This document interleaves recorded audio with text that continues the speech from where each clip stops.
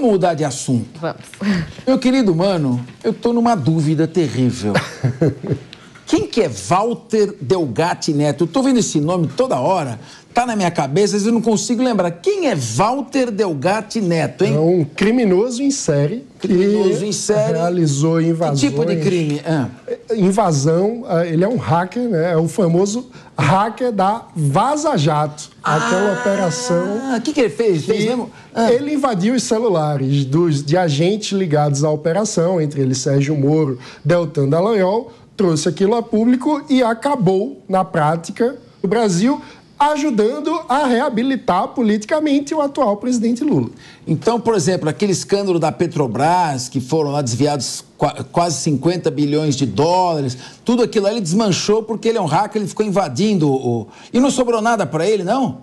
Não teve condenação? Foi condenado. Há quanto? Foi dúbia essa pergunta. Está... Há vários 20 anos. Negou o pedido do ministro da Defesa, José Múcio, para repassar o nome dos militares que se encontraram com o hacker Walter Delgatti no ano passado.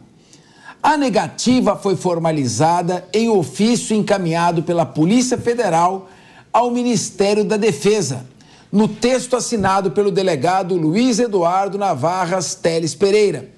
A corporação, Polícia Federal, diz que o inquérito que investiga a ida de Delgatti está sob sigilo, ofício ao STF, solicitando autorização para o compartilhamento das informações. Então, só prosseguindo, mano, ele quer o quê? Ele quer instaurar um processo administrativo contra os militares que se encontraram com o Delgatti? Por que ele quer os dados dos militares que estavam no Ministério da Defesa e se reuniram com o Walter Delgatti quando a Carla Zambelli teve a brilhante ideia de levá-lo para falar com o presidente? Pois é, e depois o presidente teve a outra brilhante ideia de encaminhar um criminoso, brilhante ideia de encaminhá-lo para o Ministério da Defesa. Agora a questão do atual ministro é quem foram os militares que cumpriram uma ordem ilegal, uma ordem que não faria... Muito morno esse negócio aqui. Eu quero saber o seguinte, Dani, tá certo a Polícia Federal negar esses dados, já que a investigação está comandada pelo Supremo Tribunal Federal? Por que eles querem esses dados? Todo mundo quer pegar uma casquinha dos militares agora? Olha, não sei se é dos militares que querem pegar a casquinha, não,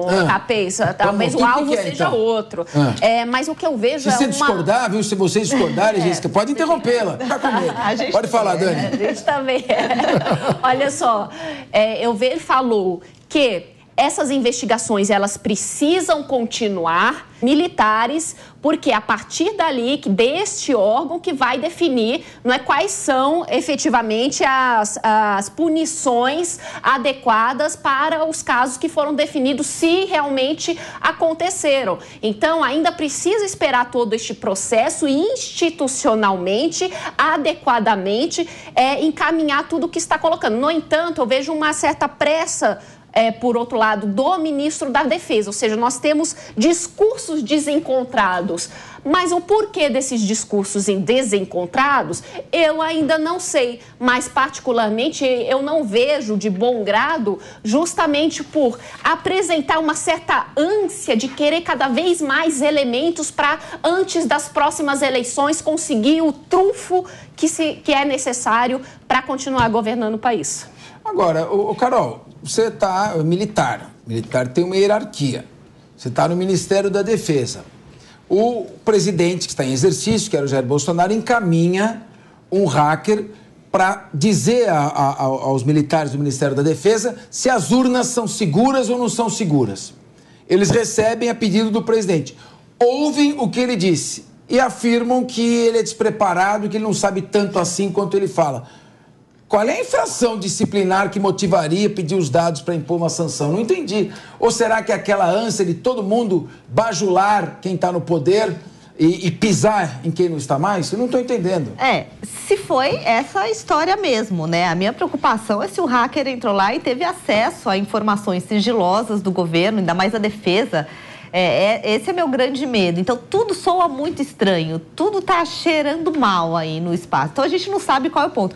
Pela notícia, parece que eles não vão pesquisar o que os militares, quais militares estiveram envolvidos nessa movimentação. Mas pelo que a Dani trouxe aqui, não é assim, né? Vai seguir uma regra constitucional de onde ele tem que ser, de fato, investigado. Eu espero que seja isso. E, mais uma vez, eu falei aqui ontem, eu, por ser eleitora de direita, ter votado em Bolsonaro, eu vou exigir mais ainda que ele tenha feito tudo correto, porque eu coloquei meu nome junto do dele, teoricamente, assim, né? Uma vez que eu votei nele, fiz campanha.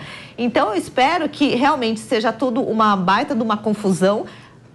Não sei se foi planejado, acho que mais abestalhada aí da Carla Zambelli, que trouxe um cara completamente inapto a fazer o negócio, né, a poder atuar ali, uma vez que era um cara que atuou contra aquele governo, teoricamente. Foi contratado, né? Mas, enfim, atuou contra. Então, é uma história muito estranha, muito suja. Se a gente trocasse o nome, eu gosto sempre de trocar o nome, falasse que Lula fez isso, não Bolsonaro, a gente também ia achar uma história muito estranha e que a gente tem que correr atrás para ver se é verdade ou não. Agora, tem que ser respeitado os ritos legais, onde os militares têm que ser fiscalizados. Olha aí, não tá cheirando bem, né, pessoal? Tanto que o hacker aí recebeu uma pena de 20 anos de prisão, merecidamente, é claro, né? Ô, Geise, faltou gente mais preparada do ponto de vista jurídico, mais experiente para cercar o presidente? Não tem muito trapalhão cercando o presidente? O Bolsonaro, ele é um homem que me transmite a ideia de ser de fato honesto, de realmente comungar de uma boa base de valores e princípios.